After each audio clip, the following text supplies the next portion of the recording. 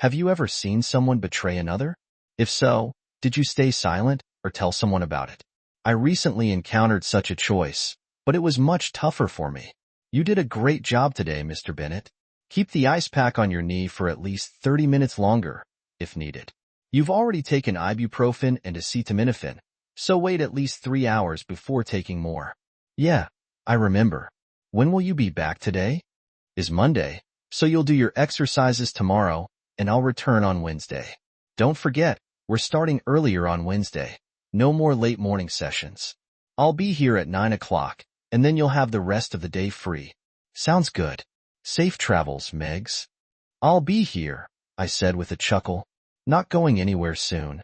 She's nice enough when she's done, but she's a real stickler when she's working on me. 10 days ago, I had knee replacement surgery on my right knee. I'd heard stories about the challenges of post-op physical therapy, and there was nothing appealing about it, except knowing it wouldn't last forever. I thought I could endure anything as long as there was an end in sight, but apparently, everyone I know has a higher pain tolerance than me. This was torture.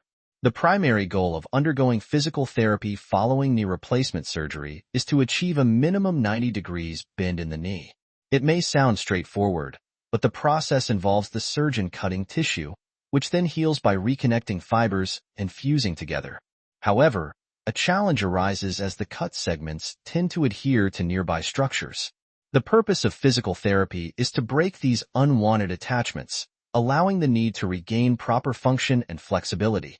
Consider this as you pass me a beer. As the therapist drove away, her name, in case anyone is interested, is Maggie.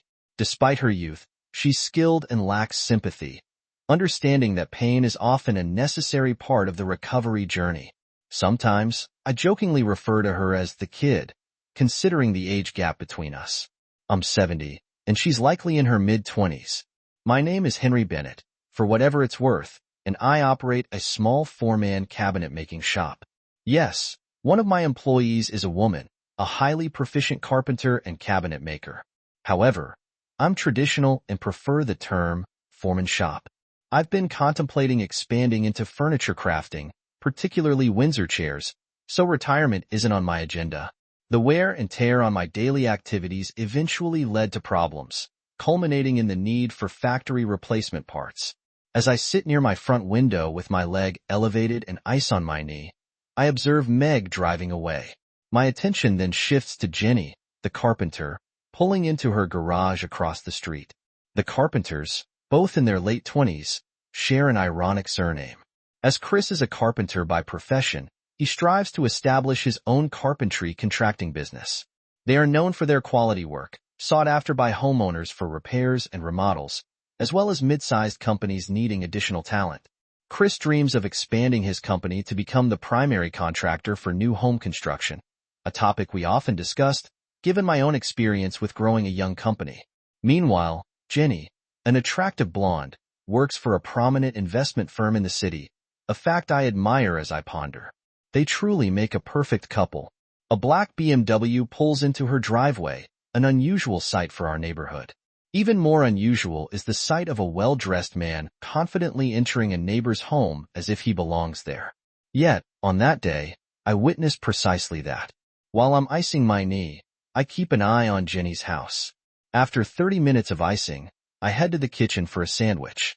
It might seem odd, but with this walker, it's a hassle to carry a plate and a drink at the same time. So, I pack my sandwich in a paper bag, pour my drink into a to-go cup, stash both in the walker's basket, and head back to my chair.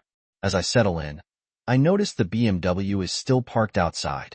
I still have some ice left, so I apply the ice pack to my knee while I keep an eye on my neighbor's house across the street. Time drags on.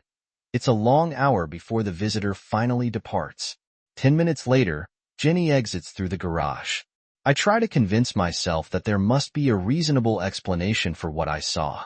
Jenny isn't the type to do anything suspicious, but sitting here bored out of my mind, I can't shake off the unease. I wish I had a book or a puzzle to occupy my thoughts. The shop called twice with some minor queries, probably just to keep me updated. With nothing else to do, I start browsing through books on chair design, brainstorming ideas for a new line of simple, elegant chairs for our shop. In the late afternoon, I remained seated, alternating between elevating my leg and doing bending exercises. Then, I fetched a bag of ice, all while delving into books on chair design. As I read, I sketched some design concepts, aiming for something traditional yet comfortable. As darkness fell, I glanced up and noticed Chris's truck pulling into their garage, with Jenny's car already parked nearby. This reminded me of the black BMW and its impeccably dressed driver, who seemed to frequent the area. Gathering my sketches and notes, I spotted Chris crossing the street toward my house. Opening the door as he approached, I welcomed him in, struggling with my walker. I stepped back to let him in. "Chris, what brings you here?" "Well," he said, "Jenny figured with you recovering and unable to move around much, you might appreciate some home-cooked food, so she prepared a meal for you and sent me over with it." I chuckled. "Your daughter is a gem." As we slowly made our way to the kitchen, I inquired, "What culinary delights has your lovely wife prepared for this weary soul?" "Firstly, you're not old, but I am exhausted," Chris said, despite my laughter. Chris was my first real visitor of the day, discounting nurses, and I relished the company. He placed the food on the table and began unpacking. There was a generous serving of corn chowder and ham biscuits, accompanied by a fresh salad. "My word, there's enough here for the both of us." "Oh no, not a chance," Chris replied. "If I so much as nibble on it, my wife will find out and I'll be in hot water. This is all for you." I found myself smiling as I admitted, "Looks like there's enough for dinner tonight and lunch tomorrow. Please pass along my thanks to your wonderful wife. Can I get you a beer before you head back home?" I added. Chris returned my smile, acknowledging the sincerity of my gratitude. "No, she'll be expecting me. I should get going. I'll try to swing by tomorrow evening." "I'll be here," I said. "I've got nowhere to be for the next few weeks." With that, I escorted Chris to the door, shook his hand, and watched him disappear into the night as he made his way home. I reflected on the importance of good friends and thoughtful spouses. I must be mistaken about her, I thought. I used she can't be like that. That night, I savored my dinner and felt a sense of accomplishment with my drawings and notes. Spending the evening watching TV and reading, I also went through another bag of ice before taking another ibuprofen and acetaminophen, finally retiring to bed. Tuesday passed without much excitement. I began my day with a straightforward breakfast of yogurt and granola, accompanied by a glass of orange juice. After taking ibuprofen and acetaminophen for some pain relief, I settled into my living room chair with a cup of coffee as I waited for the medication to kick in.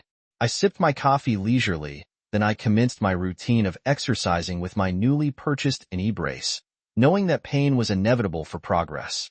Starting with basic movements like leg raises and ankle rotations, I gradually progressed to reclining knee bends. Eventually, I utilized an elastic band to facilitate knee bending, pushing through the discomfort with each repetition. By the time I finished, I was breathing heavily, akin to a long-distance runner, prompting me to ice my knee for relief. While the physical exertion wasn't overly strenuous, it required considerable discipline, especially when pulling on the elastic band. Knowing the ensuing pain would be intense for the next 30 minutes, I contented myself with elevating my leg and applying ice.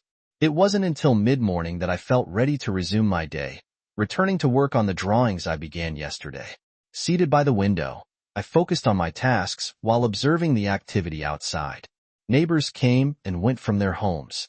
Dan Williams was busy mowing his lawn, a task he takes seriously in his retirement, perhaps filling the void of fishing or golfing. The Daniels took their usual late-morning stroll, and later, Herb Jackson went out for his run. The UPS truck made its deliveries, followed by the mailman. Yet nobody seemed to notice me at my window as I worked and intermittently glanced outside.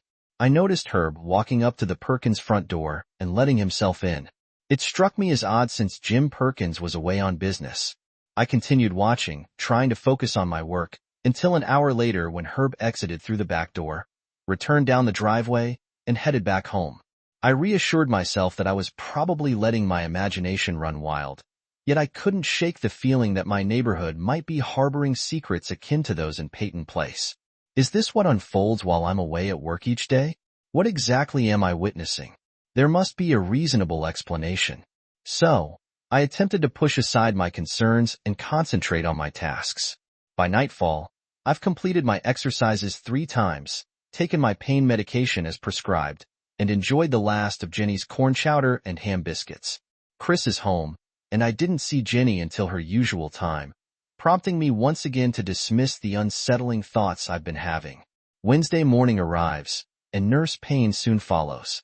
I managed to squeeze in a quick breakfast and a cup of coffee before she appeared, preparing myself for the challenges ahead.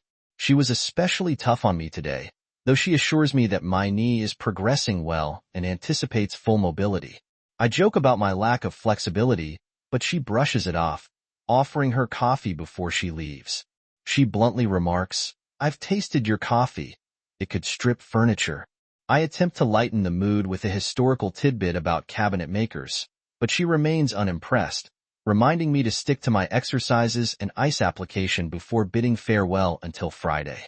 As Nurse Payne exits, I recline with an ice pack on my knee, finishing the remnants of my now cold coffee. The day unfolds much like the one before it. Dan tends to his garden, the Daniels embark on their morning stroll, and Herb Jackson pays another visit to Sally Perkins. It's like a modern-day Sodom and Gomorrah, I tell you. At lunchtime, as I'm about to make a sandwich, I notice Jenny Carpenter pulling into her garage.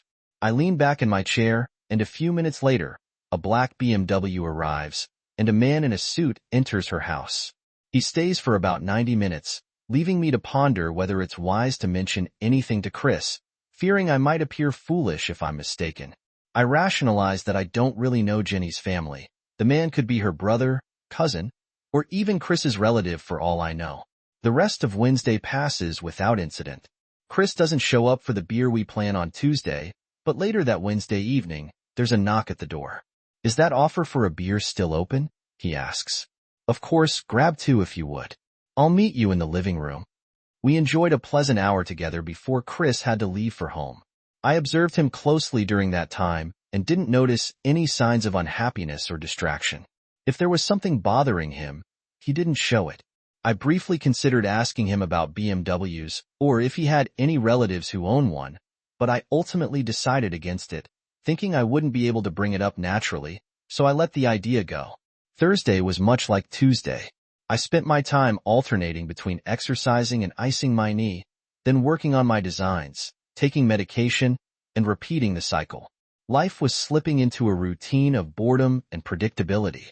Meanwhile, Dan was perfecting the art of washing his car, the Daniels were taking their daily walk, and Herb was spending time with Sally Perkins. That old guy was having a more eventful week than I had in 2 years. I guess I should clarify my earlier remark.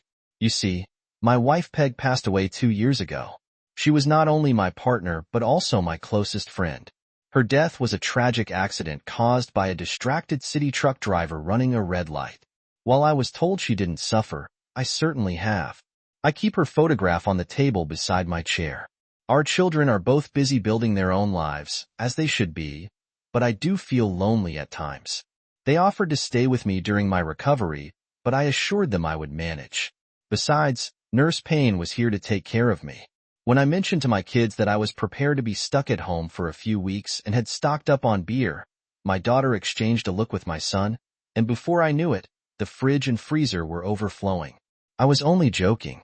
Friday arrived, and Mags was her usual punctual self. I had breakfast, pills, and coffee ready, so she wasted no time getting started. "You're making good progress, Henry. You must be diligently doing your exercises if I'm progressing so quickly." Ouch. Why do you keep pushing me like a tough prison guard? Do you have experience with prison guards? I honestly didn't know whether to laugh or curse. After the latest session of torture, she came back from the kitchen with an ice bag. "I know the weekend is coming, but I want you to keep up with your exercises both Saturday and Sunday."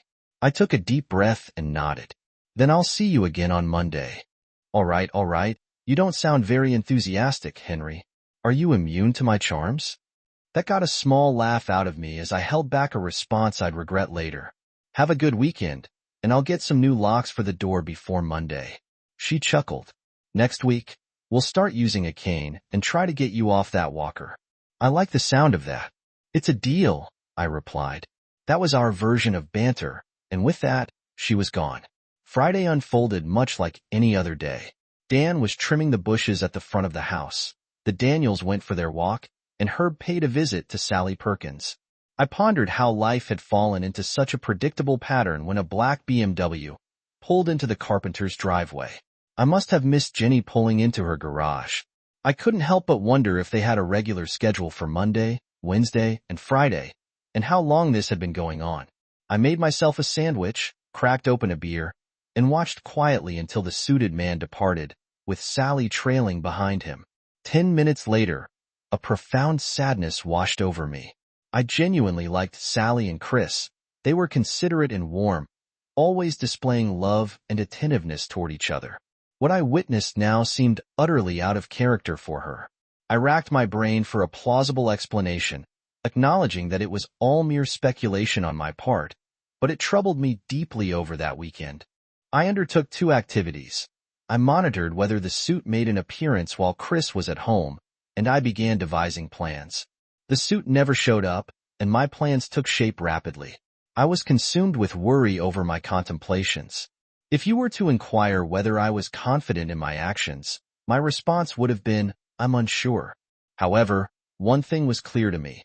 Confronting Jenny with even a hint of accusation would lead to denial, casting me as an offensive old man and causing me to lose 2 friends.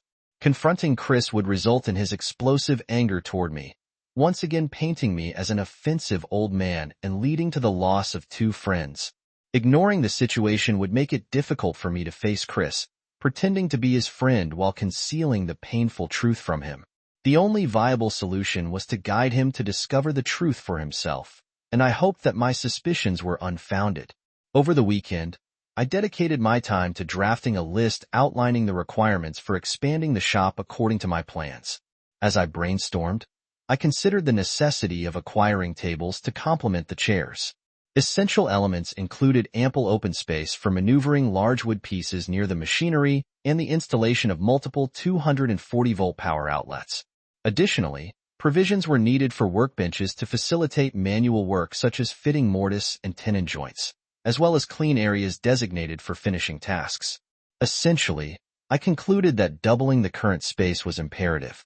While sketching out various design ideas, I came to the realization that I also required extra storage space for wood, particularly for accommodating large hardwood pieces necessary for crafting tables, as opposed to the high-grade plywood typically used for cabinets. The project was growing substantially.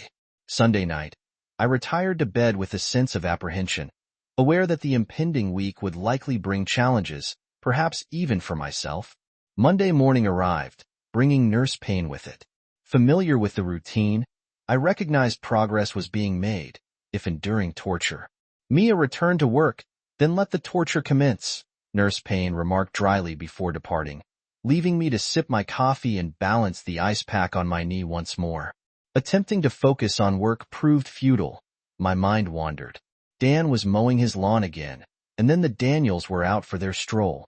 Jim Perkins had returned from his travels, but maintained an office in town, prompting Herb to visit Sally Perkins once more. I couldn't help but ponder why individuals would remain married if they resorted to infidelity. Was it for financial stability, security, or merely a destructive habit? Perhaps it was a twisted form of amusement, injecting excitement into otherwise mundane lives. Undoubtedly, they believed they would never face consequences. I held respect for both Herb's wife and Sally's husband. They deserved better. At noon, I observed Jenny pulling into her garage and closing the door. Shortly after, a black BMW arrived in the driveway, and I saw the man in the suit enter the carpenter's house as if he belonged there. Once again, my decision was made, and I knew what I had to do. An hour later, the man in the suit departed, followed by Jenny. Monday afternoon and Tuesday passed without incident as I kept myself occupied, fielding occasional calls from the shop and monitoring the neighbors. Nothing appeared to change. Wednesday morning, I witnessed Chris heading to work. I sat with my iced coffee, watching her departure. It was time. I reached for my phone and dialed Chris's number. Chris Carpenter speaking, Chris answered. Hey Henry, how are you? Hey Henry, I'm good. What's up? His casual tone contrasted sharply with my inner turmoil. If my suspicions were correct, There was nothing pleasant about this. I was thinking, how about we grab lunch together? I'll treat you to a sandwich and a beer. Well, that's an offer I can't refuse. And while you're here, I want to bounce some ideas off you about expanding my shop. After a pause, Chris replied, sure, I could swing by tonight, and we can brainstorm. Then came the moment of truth. Actually, my kids are coming over tonight, and I've got everything sorted out for them. I was hoping you could drop by around 11:30 or noon today. I hated deceiving him like this. Sure, why not? A change of pace sounds good. Okay, I'll come over for lunch, and we can chat about the shop. Great, see you then. I felt awful. There were numerous ways this entire situation could go awry, starting with Chris calling his wife, Jenny, and suspecting a meeting today, leading to Jenny spotting Chris's car in my driveway, and so forth. I was fairly certain I could feign ignorance either way, but does that not make me a coward? Unfortunately, Jenny and the suit were as predictable as all my other neighbors. Chris arrived around 11:45 and joined me in the living room. I had all my notes and sketches laid out, and after Chris fetched us each a beer from the fridge, we settled in with sandwiches, chips, and chill glasses. It would only go downhill from there. We sat by the table near my front window, going through my list of needs. I presented him with a sketch of my current shop and began showing him designs reflecting my ideas. At 12:05, Jenny arrived home and parked in her garage. Chris briefly glanced outside with a mixture of confusion and happiness before we continued our conversation.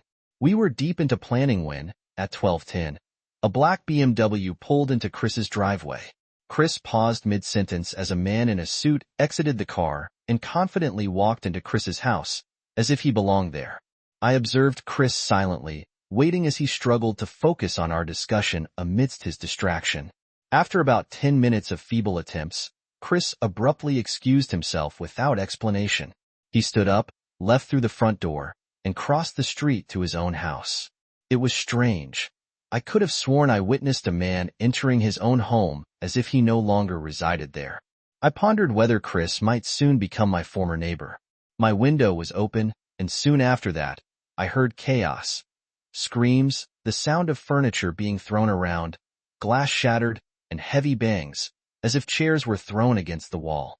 Shortly after, the man ran out, half-dressed, jumped into his car, and sped away. There was silence. Time passed, and just when I started to worry that Chris might have harmed his wife, he returned to his house and then crossed the street and entered mine. He plopped down on the sofa with an absent look, saying nothing. I decided that I should wait for him to speak. In the end, he said, she slept with him in our bed. Can you believe that, Jenny of all people? I stood up and handed him the rest of his beer. Here, finish this, and I'll get you another one. He swallowed it in one gulp, deciding that he needed to talk. I asked, have you seen them? He just nodded. Are you sure it was consensual? I asked, dumbfounded. I heard her. She was willing to participate, despite all my observations and planning. I didn't know what to do next, so I brought him a second beer and leaned back in my chair, ready to listen. Finally, he spoke again. No husband should be a witness to what I saw. I would not wish such a sight on anyone. My wife was with him. She liked it. Then he looked at me and added, when he got off her, I saw him. There's nothing special about him. I anticipated a leisurely conversation and was prepared to let my friend speak his mind freely. After a prolonged silence, I broached the topic delicately. I heard a commotion earlier, like glass breaking, and furniture being thrown. You didn't do anything you might regret, did you? No, he replied. Then, after a moment's pause, he added, well, unless you count marrying that cheating woman in the first place. Around that time, I noticed Jenny's car slowly backing out of the driveway. It seemed to hesitate before eventually driving off. I think Jenny just left, I remarked. Yeah, Chris replied, his hands trembling and his complexion pale. I knew what I had to say next wouldn't be easy to hear, but it was necessary. You need some time to process what just happened. It might not be the end of everything. I'm not saying it'll be simple, but I believe she cares about you. Maybe you two can work things out once you've had some time to think. His response wasn't reassuring, and then I made a grave error, thinking that shared misery might offer solace. I blurted it out, You're not alone. Herb Jackson is spending every day at Sally Perkins's place while her husband is at work.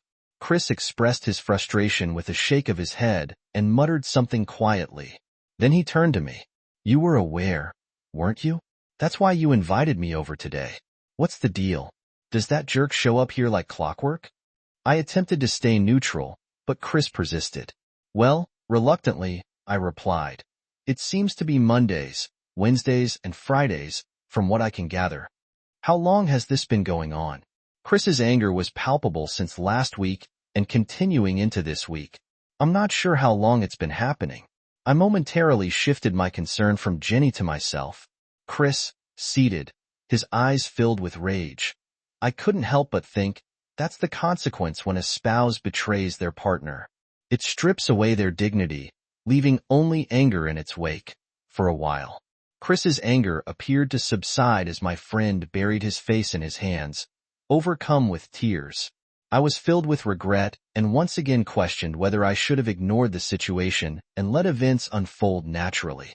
But those fools had parked his car right in front of the house, where everyone could see it. What did they expect, Herb? At least attempt to be somewhat discreet. Although, I no longer admire him for it after that. There was a long, mostly silent hour as Chris nursed his second, then third beer. I tried to reassure him that whatever he chose to do was justified while reminding him that she did love him, even if it didn't feel like it at the moment. I'm not sure how much of it he absorbed. When his phone rang, Chris informed his office that he wouldn't be in for the day and eventually decided to head home. After I offered him to stay as long as he needed, he just shook his head saying, I have to confront this sooner or later. Might as well be sooner. He left his car in my driveway and walked back to his house, a shattered man. An hour later, he returned, and I served him another beer. He mentioned, I tidied up most of the mess. There's probably still a piece of that broken mirror in the carpet. When I inquired about the broken mirror, he grinned. The guy dodged the chair, missed him, and hit the mirror in a feeble attempt to empathize. I remarked, I'm surprised he managed to walk away unscathed. Yeah, he said, I do regret that. Probably for the best. You don't want to end up behind bars because of that jerk. He simply shrugged and shook his head uncertainly. We continued to drink well into the evening. I attempted to sober up by reheating some leftover pot roast, while Jenny never returned home that night. Then, long after dark, Chris made the solitary journey back to his own place. On Thursday morning, Chris's car remained parked in my driveway, prompting me to call his house after an appropriate interval, hoping he might be awake and sober. Initially, there was no response, but half an hour later, he picked up, explaining he had been in the shower earlier. I inquired, would you like to grab breakfast? I can cook, or we can go out. He suggested driving, to which I asked, are you all right to drive? He chuckled sadly, replying, yeah, I'm good. I'll be there in 10. True to his word, he arrived at my doorstep in 10 minutes. We opted for a diner in town, where I sensed it was my role to listen if he wanted to talk. Considering the presence of others, we kept our conversation subdued. Jenny had called the previous night, tearfully attempting to apologize. Chris managed to keep his composure, expressing his reluctance to meet her. Yet, she mentioned she would be staying at her sister's until he was ready. After that, I didn't hear much about their struggles. Chris would visit once or twice a week, and we'd share a few beers while he posed abstract, introspective questions about marriage. It became evident that things weren't going well. This was confirmed when a "for sale" sign appeared in their front yard. Chris informed me they were divorcing, expressing gratitude that they had no children. The most revealing statement he ever made about the situation was when he mentioned that Jenny had confessed during therapy that she was skilled at compartmentalizing her life, asserting that her affair had no bearing on their marriage. Chris shook his head in disbelief, muttering, "What a lunatic," as he ended our conversation abruptly. Yet he soon learned that the affair had been ongoing longer than he could forgive. Watching their marriage dissolve was heartbreaking, and I often debated whether I should have intervened, hoping Jenny would see reason while Chris remained unaware. But each time, I imagined myself in Chris's position and concluded I would despise any friend who hid such a secret from me. Eventually, Jenny and Chris divorced. It took Chris years to trust again, but when he did, It seemed he chose wisely. He found a widow his age with young children who valued fidelity. Chris had always wanted children and took to fatherhood effortlessly. Our friendship endured. He even helped expand my shop. As for me, I never remarried after my wife passed away. She was everything I could have wanted, and her absence still hurts. I decided one marriage was enough and avoided risking more heartbreak. Yet, I found contentment with a few casual relationships with women beyond childbearing age who seek companionship without commitment. With a fulfilling job, great children, and companionship when I want it, life feels satisfying. But Herbert Jackson's life took a turn for the worse about 2 weeks after Chris caught his wife with another man. I was at home recovering with a cane, reviewing kitchen remodeling plans, when suddenly I heard glass shattering and furniture crashing next door at the Perkins residence. I looked out to see Herb Jackson, pants in hand, fleeing naked from Jim Perkins, who was wielding a baseball bat. I couldn't help but think, there goes another one. Jim seemed determined, and I doubted Herb's chances of making it home were more than 50-50ths. I never found out who tipped off Jim Perkins, but I suspected a disgruntled neighbor. A week later, back on the factory floor, I was grateful not to be stuck watching neighborhood dramas from my window anymore.